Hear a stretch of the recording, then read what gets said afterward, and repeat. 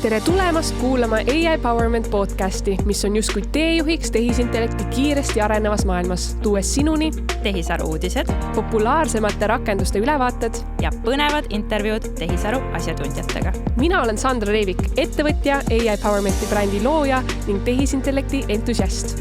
Ja mina olen Kerlin Tiigemäe, juht, ema ja AI entusiast. Kuula meid igal reedel ning saa praktilisi näpunäiteid, kuidas AI'd igapäevaelus ja äris rakendada. Aitäh, et oled jõudnud kuulama 100% tehisintellekti teemadele keskendunud podcasti, AI Powerment podcasti. Ja täna me hakkame rääkima AI kõnerobotitest ja sellest, mida tähendab siis praktiline andmeteadus Nortali kogemusloo põhjal ka. Tervist, Kerlin! Tere, Sandra! Ja muidugi meil on tavaks kutsuda saatesse väga põnevaid inimesi ja me oleme kutsunud oma ala spetsialisti Elena Sügise. Tervist! Tere! Ja Epsile suur tänu, et me saame olla siin videostuudios, et tuua siis YouTube'i kanalilt kui ka tegelikult Spotify's videopildis see stuudiopilt, et te näeksite, kuidas me siis tehise arutame. Ja ma natukene tutvustan ka Elenat enda poolt, aga siis me saame kohe kindlasti kuulda neid lugusid ka täpsemalt. Aga Elena, sina oled tunnustatud andmeteadlane, kes ühendab siis akadeemilise tausta praktilise kogemusega. Ja lisaks rollile Nortalis, kus sa oled siis vanem andmeteadlane, töötad sa ka Tartu Ülikooli arvutiteaduse instituudis tervise informaatika lektorina ja sa oled kandnud ja toetanud ka hiljuti ühe raamatu väljatulekus, millest me räägime ka hiljem. Aga võib-olla alustakski sellest, et kuidas sa üldse sattusid sellesse tehisintellekti maailma ja Nortalisse praegusesse rolli, et meil on nii lahe naistena siin ka arvatavasti seda lugu kuulata, see on inspireeriv. Väga tore, aitäh selle küsimuse ees. Kuidas ma jõudsin tehisintellekti valdkondas? Tegelikult kõik algas doktorantuuriga. Ma astusin doktorantuurisse arvutiteaduse instituuti Tartu Ülikoolis ja minu uurimisvaldkond oli bioinformaatika, kus ma integreerisin erinevaid sorti biomeditsiinilisi andmeid, suuremahulisi andmeid, heterogeenseid andmeid ja siis arendasin masinaõppemudeleid, et mingi teadmine välja kaevandada sellistest andmetest. Nii et sellele ma olen keskendunud päris pikalt oma doktorantuuri jooksul. Seal oli klassikaline masinaõppe ja siis sügavõppe meetodid, palju erinevaid. Edasi ma liikusin terviseandmete analüüsi ja üldiselt, kuna ma olen algusest peale näinud, kuidas need mudelid või masinaõppemeetodid arenesid, algusest meil oli ainult statistika, siis andmed hakkasid kasvama, nad vajasid nagu keerukamaid meetodid, masinaõppemudeleid, sügavõppemeetodid. Siis niimoodi ma jõudsingi tehisintellektini. Ja ma arvan, sa ei ole ka kindlasti seda tüüpi, kes oleks näed, tööriistad tulid turule ja nüüd et see tehisintellekti maailm on nii põnev, et sa oled tõesti olnud juba nagu selles mõttes pikalt ja näinud seda arengut on ju kogu. Sest tehniliselt, kus masinaõppe buum tuli, ma ütleks, et just bioloogilistest andmetest, siis 2010 kuni 2016 võib-olla hakkas kasvama see maht, kus tuli geneetilised andmed, igasugused toomika andmed, need oli nii palju lihtsalt, et vana meetodidega ei saanud seda analüüsida. Nii et pidime arendama uusi meetodid ja siis tuli ka need sügavõppemeetodid, mis just lahendasid neid suuri probleeme. Ja siin me olemegi. Ja nüüd sa oled siis hoopiski Nortalis on, et Nortaliga ma olen liitunud 1,5 aastat tagasi, et ma tahtsin rohkem rakendada sükest kaasaegseid meetodid võib-olla ja näha, et see jõuaks kohe kasutajani, sest teadus on väga põnev. Et ma ütleks, et see on väga põnev eriala. Ja mulle väga meeldib uusi meetodite arendamine ja siis nagu küsitamine. Et me saaksime midagi põhjalikult uurida näiteks. Aga on ka huvitav, et see teaduses sa näiteks teed mingi tööd ja sa ei tea, millal see töö tulemus jõuab kasutajani. ja mulle oli just mul oli niisugune huvi, et näha, et ma tahaks näha seda kohe. Et kui ma teen midagi, mis on väljunud siis.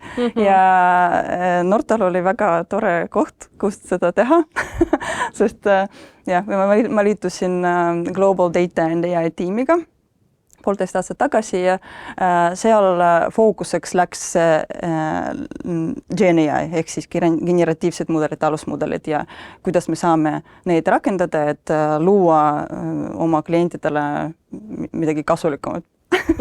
Ja täna sa tegeled siis kõnerobotitega või voicebotidega inglise keeles, mis on justkui eriti lähedal kliendile, eks ju, et kuidas siis kliendid saaksid sellest tehnoloogiast enim väärtust. Kas sa natuke räägiksid võib-olla nüüd sellest teekonnast, et kuidas ja kui palju sina selles projektis sees oled olnud ja mis siis need mis see algne ülesande püstitus oli, et mille jaoks siis see voicebot vajalik ja hea on kliendile? No Nortal on teinud tegelikult mitmed projektid juba, kus me oleme loonud voicebotid ja need on erasektoris organisatsioonid ja avalikus sektori organisatsioonid. Ja siis peamised probleemid ongi sellised, et näiteks meil on vaja suurendada kas kõnede arvu, no näiteks, et müügi jaoks või et me tahame paremini hoida siidet klientidega. Ehk siis client reach out inglise keeles on ju, et me tahame müügi suurendada, me tahame informeerida kliente oma teenustest. Või näiteks paljud organisatsioonid ka vajavad oma klienditoe teeninduse suurendamist. Ehk siis selle jaoks ka potentsiaalselt saaks kasutada tehnoloogiad. Ehk et inimene ei pea võtma seda kõne vastu, vaid tehnoloogia vastab. See on skaleerimise küsimus peamiselt, et siis tihti, mida inimene praegu tahab, klient tahab, ta tahab personaalset teenindust ja ta tahab teenindus oma keeles. Ehk siis see tähendab, et suure tõenäosusega meil on vaja, kui me tahame suurendada neid klienditoe teenuseid, meil on vaja inimesi, kes räägivad mitmed keeli. Näiteks Eestis meil on 4 keelt, ma ütleks, et eesti keel, vene keel, inglise keel ja ukraina keel ka nüüd suures osas. Ja siis oleks tore tegelikult, kui meie teenindajad saaksid ka suhelda selles keeles spetsiifiliselt, nii et jah. See on kindlasti väga suur pluss, see on mitmekeelsus on ju kõnerobotite poole pealt. Ja lisaks ka, et nende sellised teenused peavad olema kättesaadaval näiteks õhtuti või ma ei tea, pühade ajal on ju, kus tavaline võib-olla klienditöötaja puhkab. Tahaks kodus olla. Tahaks kodus olla, täpselt. Või seda on vaja sisse osta kuskilt väljast partnerite poolt ja see on kallis. Nii et. Ja eriti just see ka, et ei ole ka Eesti, kui oleks vaata inglise keeles, võib-olla saab kuskilt odavamat tööjõudu või midagi taolist on ju selle poole peale seda suunata, aga eesti keeles meil on väike see maht, kust me saaksime siis seda tööjõudu võtta, on ju. Ja näiteks ühes projektis Saksamaal meil oli, me arendasime voiceboti, mis oli inspireeritud pandeemiast, kus tervistöötajatel lihtsalt ei olnud mahtu vastata kõigile küsimustele. Ja nüüd, kui järgmine, ma loodan, et ei tule, aga kui see peab tulema, siis vähemalt on alternatiivne viis, kuidas inimestega suhelda ja kust nad saaksid informatsiooni kiiresti kätte ja usaldusväärset informatsiooni. Mitte kuskil foorumit, kus ühesõnaga usaldusväärset informatsiooni. Jaa, sest et ma arvan, see kasutusala ongi inimeste jaoks juba nagu ka arusaadav, nagu tajutav, et kõnerobot võiks tõesti väga palju väärtust luua. Ja kui me võtamegi nüüd selle Nortali kogemusloo, on ju, et olete juba mitmetele klientidele teinud, siis võib-olla on huvitav kuulajal kuulata ka seda, et mis on see nagu tehniline pool, kuidas te olete sellise asja üles ehitanud, mitte et peaks võib-olla täielikult detaili minema, aga võib-olla anda teie sellest kogemusest, et mis te olete katsetanud, mis on tulnud, et see on nüüd hea platvorm, millel näiteks arendust teha või kas üldse ehitada ise või mis need mõtted sellega seoses tekivad? Ja, see alati sõltub, et milleks me ehitame voiceboti ja mis klient soovib nagu lõpptulemusena saada. Sellest me lähtume, kui me teeme tehnoloogia valikud. Ja küsimus on alati, kas tehnoloogia on valmis või millised piirangud meil on, et näiteks võib-olla mingis organisatsioonis on risk assessment ei ole tehtud mingile ma ei tea, tehnoloogiale, näiteks me ei saa seda kasutada, aga me alati leiame vastavalt kliendi nõudele mingid lahendust. Mida me oleme proovinud? No tavaliselt need voiceboti on 2 varianti, kuidas neid ehitada. Praegu on kõige põnevad tehnoloogiad muidugi on kõne-kõne, ehk voice-voice mudelid. Kuigi me oleme proovinud neid ja ma võiks öelda, et hetkel me ei läheks selle tehnoloogia, kuigi see tundub väga põnev, sest ta annab rohkem kontrolli, et mida me väljundina saaksime, kuidas emotsionaalselt seda mudelit muuta ja nii edasi. Tundub väga põnev. Aga hetkel ikkagi see hallutsinatsiooni probleem püsib, et seda on raske kontrollida voice-voice mudelitel. No, see on üks näide. Muidugi me ka oleme näinud, et ta ei püsi alati selles keeles, milles me esitame küsimuse. See on teine praktiline probleem. Ma usun, et see on kõik lahendatav ja varsti me ilmselt näeme neid mudeleid, mis oleksid sobilikud. Aga hetkel on teine variant. Ta on rohkem klassikaline, kus see bot koosneb 3 osast. No põhimõtteliselt, mida me tahame, et see bot teeks. Et ta kuulaks klienti, ehk siis me kasutame speech to text mudelit, on ju, kõnetuvastuse mudelit. Teine osa, et bot saaks aru ja saaks vastata kliendile, selleks me kasutame allikate põhist genereerimist, ehk siis see on süsteem, kus meil on teadmisbaas või teadmiste baas kombineeritud suure keelemudeliga, kus me otsime näiteks vastuse kliendi küsimusele ja siis genereerime konteksti põhist vastust, mida bot saab edasi kliendile anda. No ja 3. osa, kui bot juba sai aru ja hakkab vastama, et bot peab ütlema oma laused kliendile, ehk siis siin me kasutame kõnesünteesi mudeleid. Ja siis 4. osa on orkestreerimise tööriist, mis paneb need kõik 3 osad kokku. Okei. Kas sa saad kuidagi seda sisu ka täpsemalt rääkida, et näiteks päris palju räägitakse sellest, et kas eesti keeles peab olema oma mudel, või mis on kõige parem näiteks, et transkriptsioonirakendus või mis oleks selleks kõnesünteesiks, et kas teil on igal pool enda mudelid välja töötatud või te kasutate mingeid OpenAI ja mingeid suuri keelemudeleid ka seal? Ja me oleme proovinud tegelikult väga palju erinevaid mudeleid, katsetanud väga palju erinevaid tehnoloogiaid, erinevaid pilveteenuse pakkujate poolt mudelid, näiteks mõned lokaalsed mudelid, mis on Eestis arendatud, avatud lahtikoodiga mudeleid. Ja igal pool peab mõtlema sellest, et mudel peab olema treenitud eesti keelega. Et kui seda ei ole, siis on väga raske midagi mõistlikumat sellest mudelist saada. Kas me räägime kõnetuvastusest või vastuse genereerimisest ja ka kõnesünteesis muidugi. Et näiteks kõnesünteesi osas on päris mitu teenusepakkujat maailmas, mis ma ütleks, et genereerivad väga kõrge kvaliteediga kõned. Aga eesti keeles, neil ei ole eesti keelt lihtsalt seal rakendatud. Ja veel, milline probleem on tihti nähtav, et isegi kui mudel saab eestikeelset kõned sünteesida, siis me alati kuulame mingit aktsenti, näiteks soome aktsentiga mudel räägib. Ma ütleks, et praegu need mudelid on muutunud paremaks. Ja Azuri poolt näiteks on päris head mudelid, siis pretreenitud, eeltreenitud mudelid, siis eesti keele jaoks on ka Neurokene, mis Tartu NLP, siis Tartu Ülikooli teadlaste poolt arendatud mudelid on päris head. Mis puudutab kõnetuvastuse, siin samuti me oleme võrrelnud erinevaid sorti mudeleid, need suured pakkujad ka Azuri, AWS, Google'id ja ka kiirkirjutajad, mis on samuti TalTechi poolt arendatud mudel, mis on väga tore.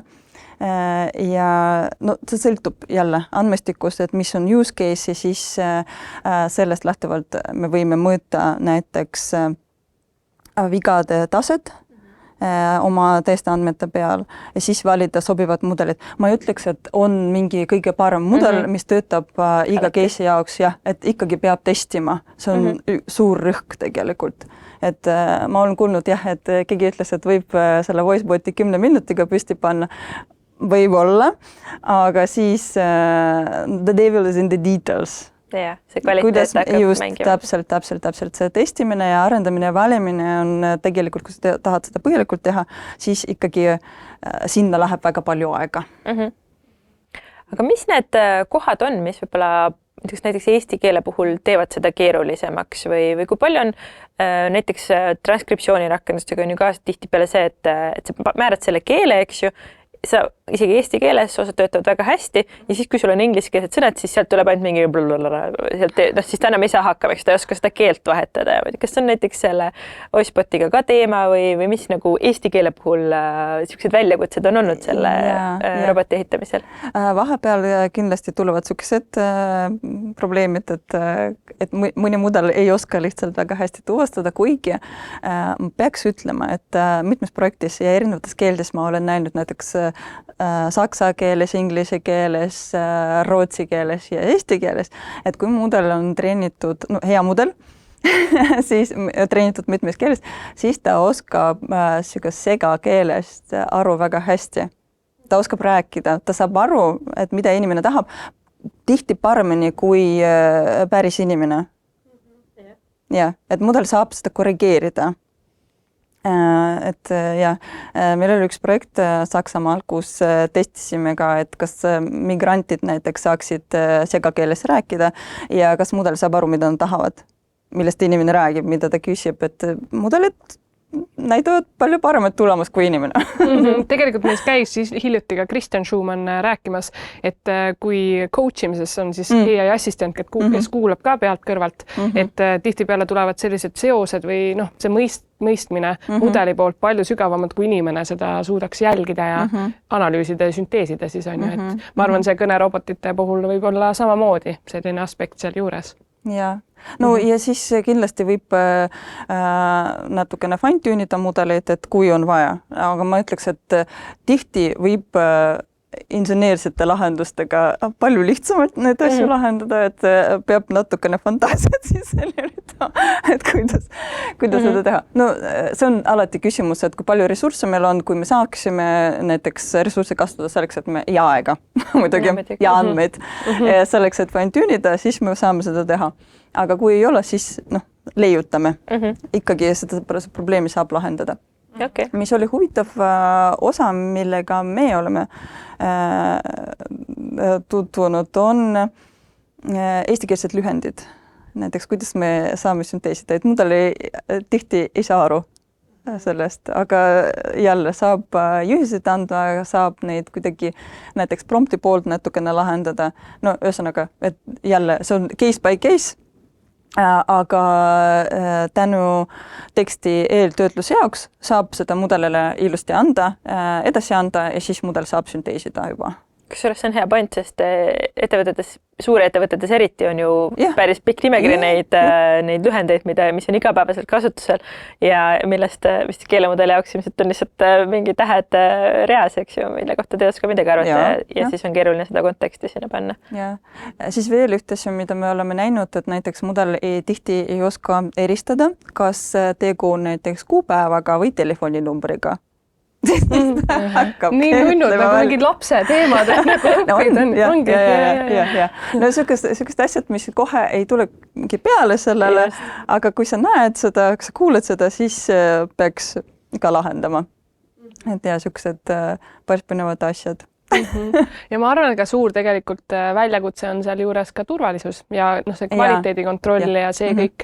Ja ma tean, et teil kindlasti olid ka seal omad süsteemid, guardrailsid paigas. Et äkki sa võib-olla natuke räägid läbi, et kuidas siis seda võib-olla riski vähendasid, et ongi hakkaks mingisugusel hetkel kõnerobot täiesti sellist, ma ei tea, mis teksti hallutseneerivalt rääkima on ju, et mis on võib-olla sellised turvalisuse või kvaliteedikontrolli asjad, mida te teete? ja genereeritud vastuse kvaliteet on suur probleem, ma ütleks, no mitte probleem, vaid väljakutse, mida peab lahendama ja eelmisel aastal kui me alustasime need RAG-süsteemid on allikate põhise genereerimisega alguses ja eelmisel aastal me töötasime välja oma metodoloogiad, enne kui need igasugused raamistikud tuli mängule, kuigi ma praegu ütleks ka, et hetkel raamistikud lihtsalt koguvad igasugused meetrikad, aga need annavad lihtsalt suunda, et näiteks sul on mingi andmestik, sa näed numbrid, meetrika mõõdab, ma ei tea,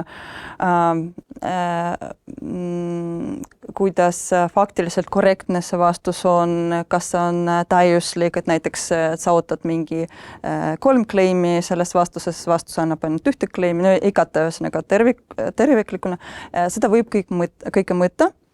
Aga meetrikad annavad lihtsalt mingit seisu on ju, mida me teeme arenduses näiteks, et me kogume kui me tahame näiteks mudelit muuta, me kogume siis, meil on testandmestik alguses, kus me teame, et kuidas peaksid välja nägema ideaalsed vastused.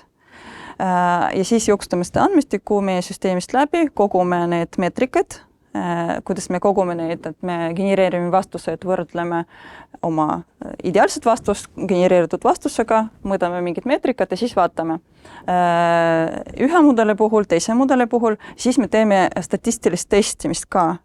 Et need hetkel näiteks need raamistikud, nad ei paku seda, aga kuna meil on akadeemilise taustaga me ei saa niisama me ei usalda. Me ei usalda.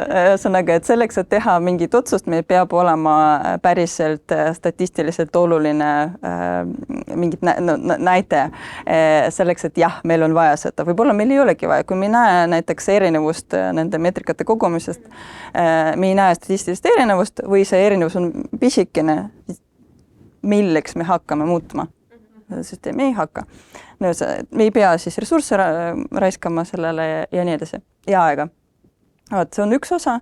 Ehk siis, mida on oluline, on siis RAG-süsteemide osa testida väga hästi, aga ka kõnesünteesi osas. Ja näiteks, kui me arendame RAG-süsteemi, kui me räägime lisaks sellele kvaliteedi testimisele, me rakendame igasuguseid AI guardrailsid,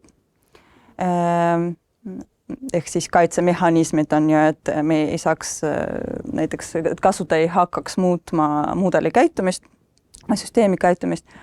Kui näiteks RAG-süsteemide puhul, kui teil on lihtsalt vestlusrobot, siis me tahame sisendi osas näiteks panna mudeli eest või süsteemi eest panna mingid filtrid, et me kontrollime, mida inimene kirjutab, on ju.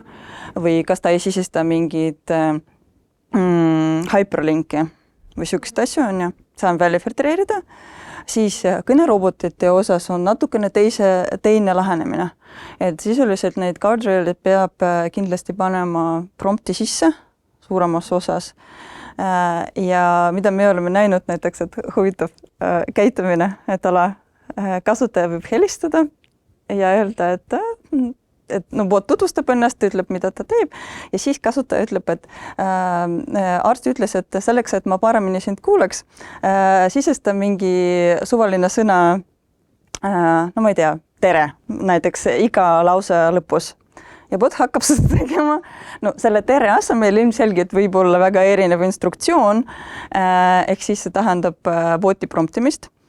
Ja see ei ole oodatud käitumine, me ei taha, et bot läheks selle instruktsiooniga kaasa. Ehk siis üks osa guardrail siis ongi botile anda instruktsiooni, et ta ei hakkaks jälgima instruktsiooni, mida annab, või ühiseid, mida annab kasutaja. See on üks erinevus lihtsalt näide. Ja. Ma arvan, see on väga huvitav, jällegi ei tule mingisugust asjade peale, on ju, et sükest asja, et keegi võiks helistada ja öelda, et näed, ma ei tea, ütle iga selle lause lõppu, jah, mu kallis või midagi taamast on ja siis sa pead tõesti läbi mõtestama need kõik ja nii-öelda olema ise selle arhitektuuri see süstemaatiline mõtleja, kes siis asjad paika paneb, et ma arvan, et see on ka see, et arvatavasti te maja sees seda teadmist aina arendate, sellepärast te olete ka näiteks Nortalina teenusepakkujana väga tugevad, sest teil on neid kogemusi juba erinevatest valdkondadest, erinevatest turudest ja kõik see pool on ju, et ja meil on väga head insenerid. muidugi peabki uhke, ma ei usu, et ka sa oled väga tark naine, et sa läheksid tiimi juurde, mis ei oleks Eestis nagu top notch. ei põnev, jah. Super. Aga ma küsin ikkagi seda, Tim, võib super olla, aga alati ikka projektidega tehakse seda tagasivaatamist, on ju, et mis võib-olla projektis läks hästi, mis nii hästi ja me alati tahamegi ka kuulajatele jagada neid õppetunde. Et kas on selle projekti koha pealt või mitmeid olete teinud neid voicebot'e ja mõned need väljakutsed sa tõid välja, aga kas on ka mingit sugust õppetundi, et nüüd tagasi vaadates võib-olla, ma ei tea, oleks teistpidi lähenenud või oleks mingeid muid asju katsetada, et alati on ka seda, et tehnoloogia areneb, on ju, ja oleks varem olemas, siis oleks teinud, aga võib-olla sul on mingeid selliseid väljakutseid või õppetunde just tuua ka siia. Ja üks õppetund näiteks Saksa projekti alusel meil oli niisugune, et bot oli natukene kandiline. Ehk siis selles mõttes, ta ütles alati, kui ta mõtles, siis ta vastas sama fraasiga. No selle use case'i jaoks oli sobilik, aga teistes projektides meil oli vaja rohkem niisugust loomulikku vestlust.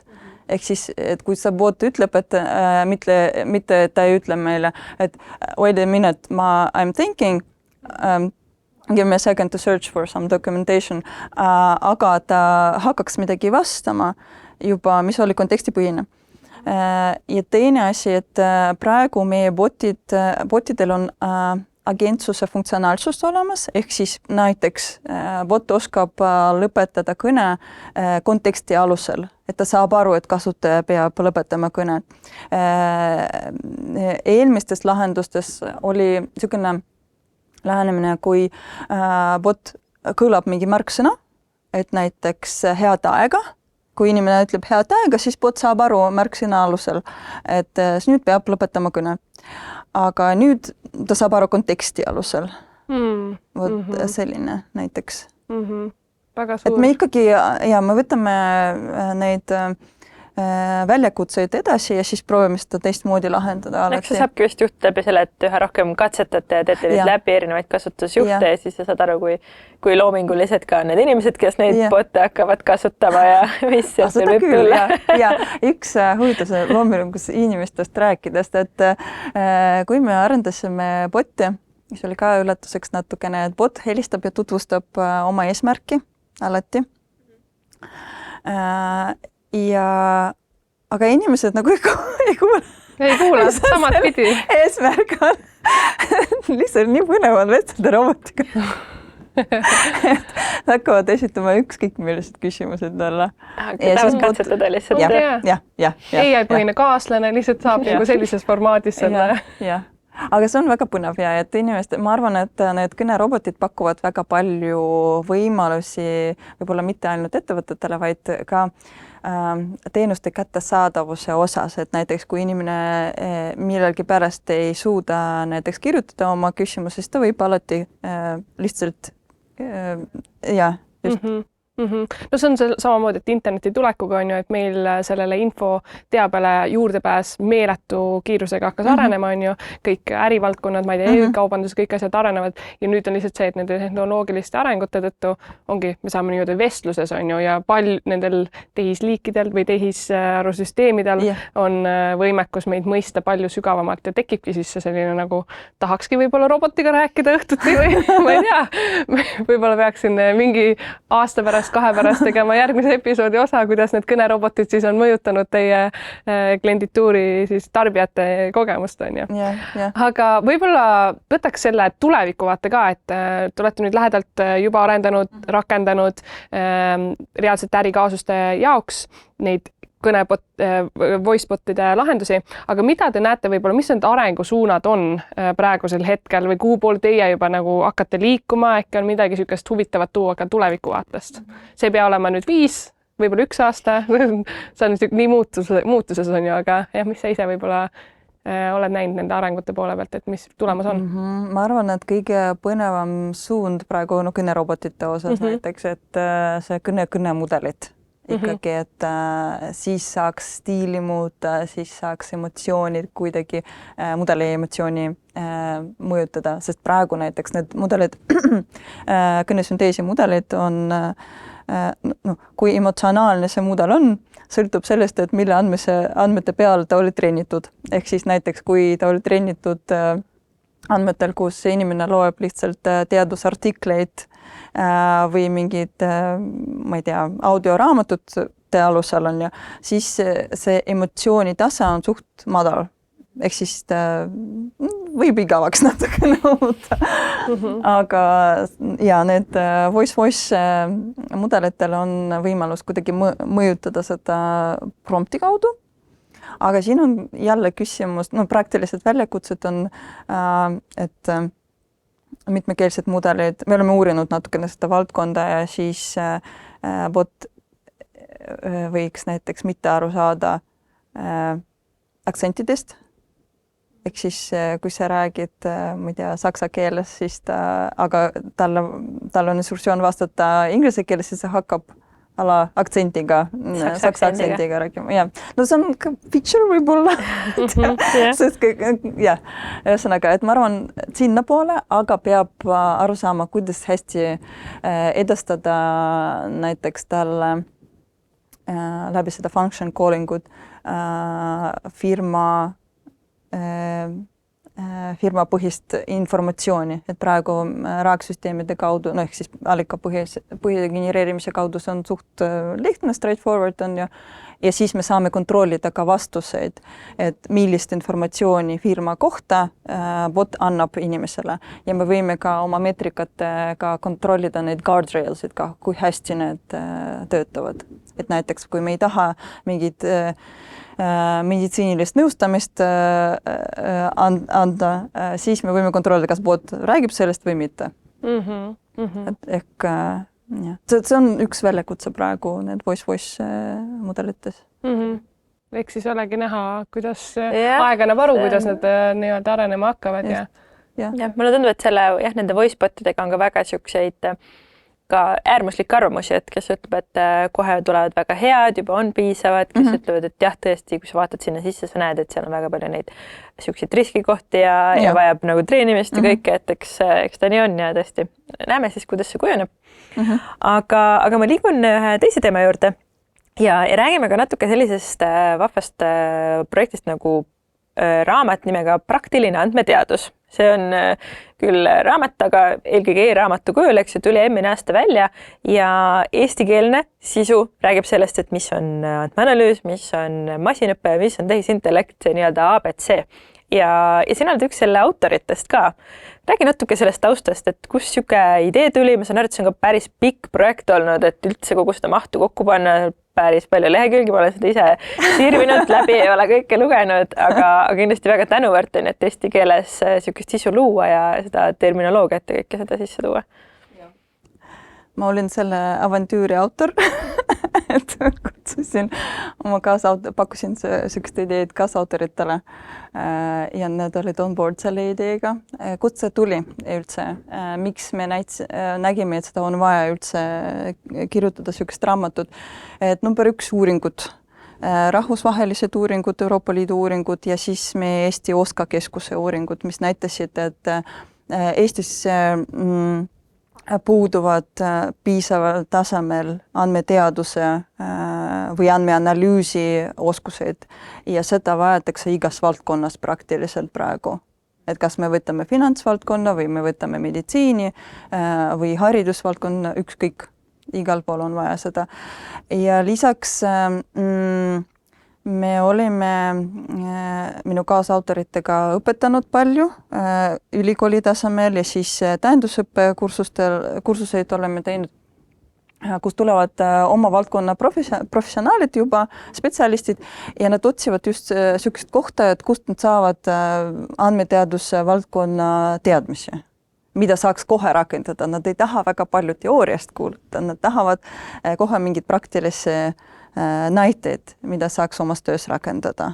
vot sellest tuli just selle raamatu stiil või niisugune idee, et me ei tahtnud üleliigselt rääkida teooriast, kuigi seda teooriat ikkagi vaja, sest me peame ikkagi, on vaja natukene, on ju, aga peamine küsimus ikkagi milleks, kui me õpetame mingid meetodid, siis milleks me seda õpetame, et mis on selle meetodi rakenduskoht, mis on see use case.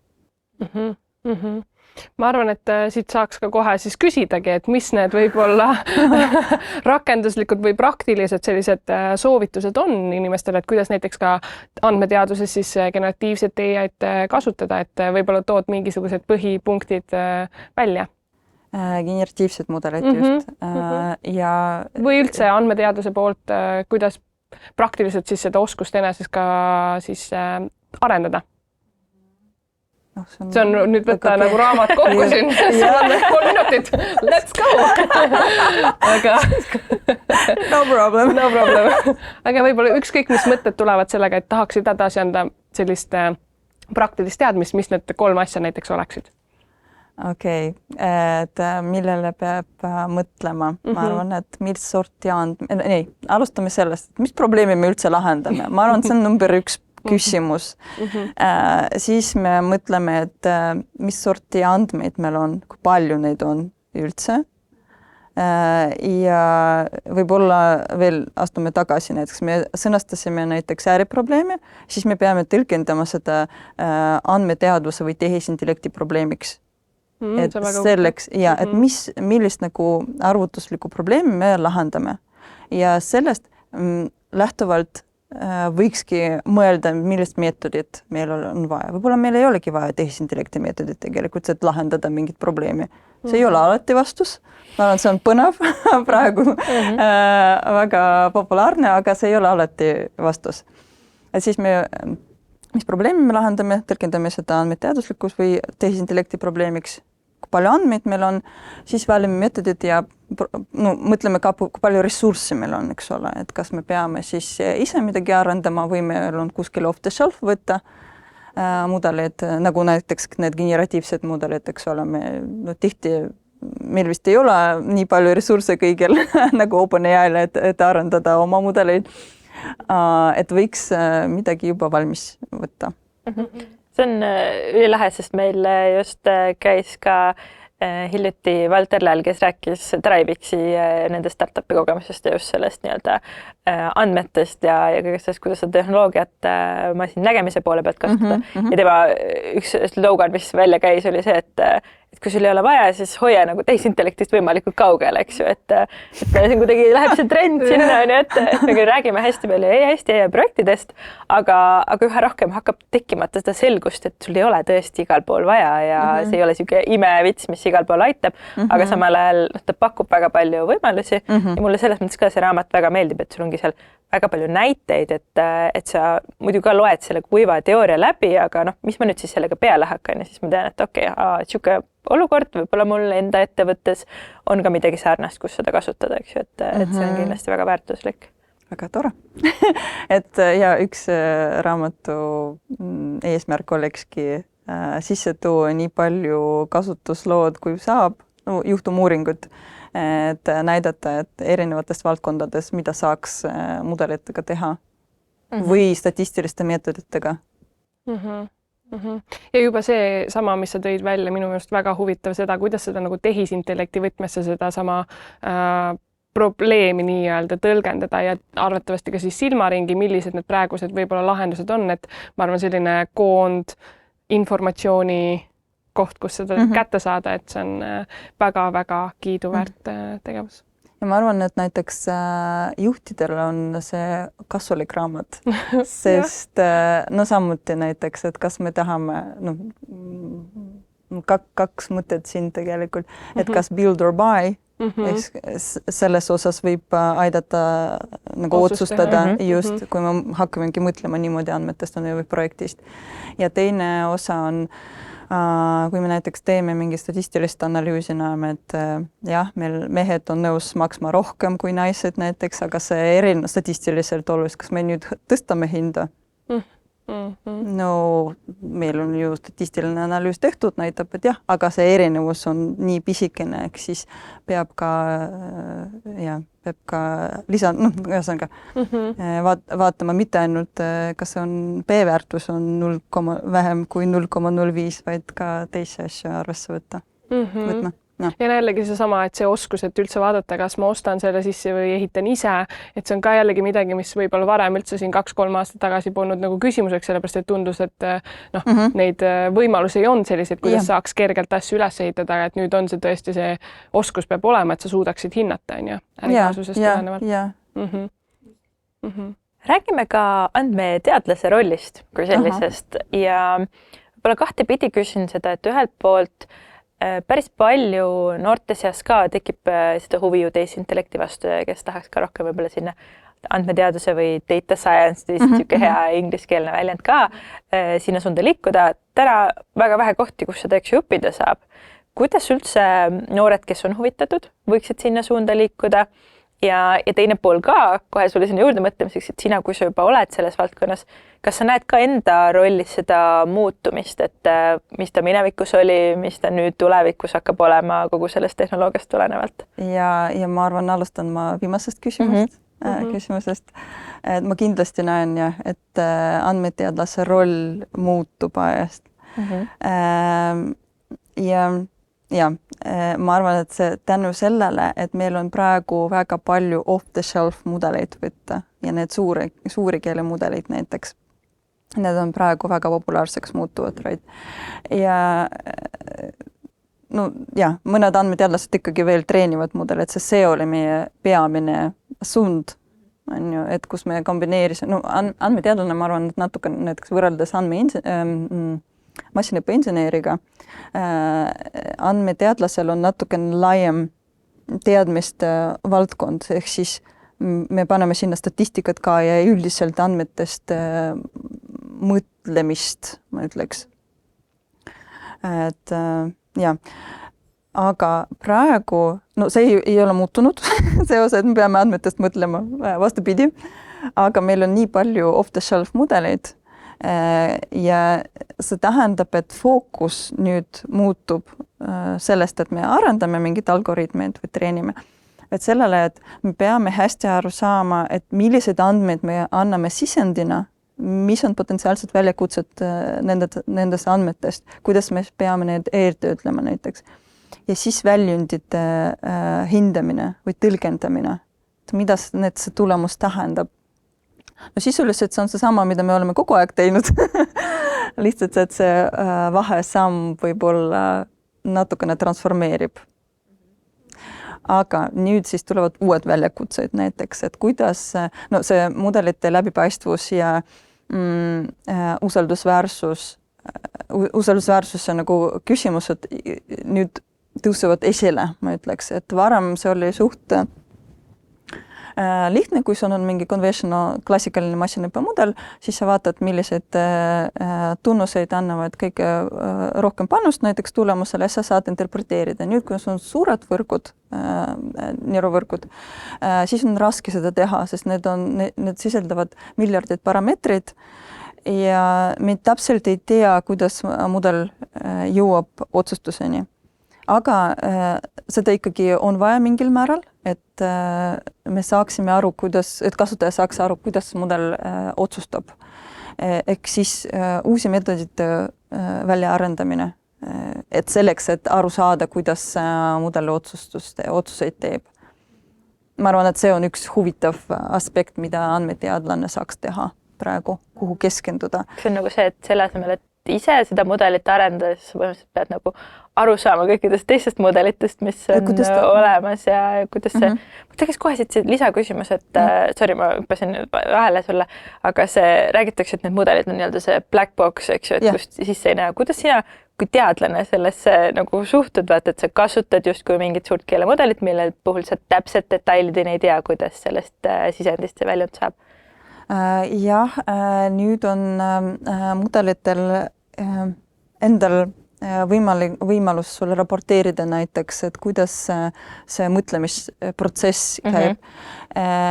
No siin on jälle vaata üks väljakutse, potentsiaalne väljakutse, et kuidas sa tead, et mudel annab sulle päris korrektse ülevaate. Ja et ta tahab sulle, no ma ei tea, me natukene lähme nüüd sinna suunda, et tehisintellekt hakkab põhjustama mingid probleemi ühiskonnale, inimkonnale. Aga sisuliselt see on väga hea küsimus tegelikult, et millised meetodid kasutada selleks, et aru saada, kuidas mudel on jõudnud otsustuseni. Mida me praegu teeme, et me kasutame, et see on usaldusväärsuse küsimus põhimõtteliselt. Kas ma saan usaldada sellele väljendile või mitte? Tavaliselt tahaks, aga peab kontrollima. Nii et mida meie teeme, on rakendame need igasugused meetrikad, jookstame läbi ja testandmestikud ja siis lisaks läbipaistvuse osas on meil alati allikate referentsid, ehk siis me teame, kust vastus tuleb, et ma võin minna sinna ja kontrollida. Et selles mõttes, jah. Ma arvan, ülitähtis ka see pool, et välja tuua, et see läbipaistvus jookseb usaldusväärne AI ja kõik need teemad ka, mis meil on jooksnud läbi, et seda vastutust tuleb üha rohkem ja nende arutlusmudelite edasiminek ka, et me näemegi siis seda mõtteprotsessi, et see kõik jookseb tegelikult arenguna käsikäes, on ju, et see nõudlus tulebki, et läbipaistvust on vaja ja sest, et rakenduskohti tuleb ühiskonnas üha rohkem juurde ja kõike seda poolt, on ju, et siis siin vastutust on päris palju. Aeg on olnud jälle nii armutu, et me peame... Oota, ma tahan ikka selle küsimuse. Äkki keegi meid kuulab mõni noor, kes mõtleb, et nüüd ma tahaks andmeteadust õppida. Kus ta täna seda teha saab? Tartu Ülikool andmeteaduse magistriõppekava. Magister, aga bakas? Bakas peab informaatika bakasse tulema ja siis edasi liikuma, sest bakas on ka tegelikult sissejuhatus andmeteadusesse kursus olemas ja igasugustes andmestruktuurides ka räägitakse, mida ma veel tahtsin öelda tegelikult, mis on oluline andmeteadlaste jaoks, on, ma arvan, inseneersete oskuste arendamine. Et praegu, kuidas kasutada neid pilvipõhised tehnoloogiad ja kaasaegsed tehnoloogiad. Ülikoolis ka õpetatakse seda, aga ma arvan, et ikkagi peab ennast tähendama. Ja no muidugi tehnoloogiad muutuvad kogu aeg, et see ei tähenda, et sa ükskord õpid ära mingid mudelid või mingi pipeline'i ehitamise viisi ja siis elu lõpuni rakendadki, see ei kindlasti mitte, aga et pidevalt lihtsalt tähendada. See arhitektuuriline mõtlemine nii-öelda siis seal juures ja teadlikkus nendest võimalustest. Just. Super. Tavaliselt veel lõpp on see, et kas on, kiirelt, kas on veel midagi, mis võib-olla me täna ei puudutanud, et selline vaba mikrofon, kas on midagi, mis enda poole pealt silma särama lööb tehisintellekti vallas või tahad veel kuidagi siin inspireerida teisi naisi veel rohkem andmeteadusest ja ma ei tea, tehisintellektist inspireerima, mis iganes, kas on midagi? Just, ma tahakski sellest natukene rääkida, et me alati ootame rohkem naisi andmeteadusesse, IT-sse, et ei tasu karta. Ja ma arvan, et eks siin see esimene samm ongi, et meie inspireerime läbi enda kohalolu selles erinevates ruumides on ju ka, et me siin just rääkisime, et kui meil oli siin EIA entusiastide kokkusaamine Nortalis, et tõesti oli isegi 50% võib-olla ruumis naisterahvad, et see tuleneb arvates ka sellest, et mina ja Kerlin oleme võtnud podcasti raames või EIA Empowermenti tegemistes selle juhtrolli, et saame inspireerida, nii et aitäh sulle, et oled pildis ja enda missiooni siin viljelemas. Suur aitäh, et kutsusite. Ja aitäh sulle kuulaja, et oled olnud meiega. Igal reedel on siis uus episood, kus me siis saatekülalisi intervjueerime ja räägime ka iga kuu ühes episoodis ka need EIA uudised lahti, nii et kui sa soovid meie tegemistega kursis olla, kui sa juba praegu ei jälgi, siis sa saad panna meile follow, et siis tuleb teavitus. Meil on YouTube'is, Spotify's kui ka Apple Podcastis siis kanalitel meie tegemised üleval ja ma arvan, et ongi suur tänu veel kord ja head EIA vastusretke teile kõigile ja aitäh sulle täna siia tulemast. Aitäh. Kohtumiseni järgmisel reedel. Ja, tšau.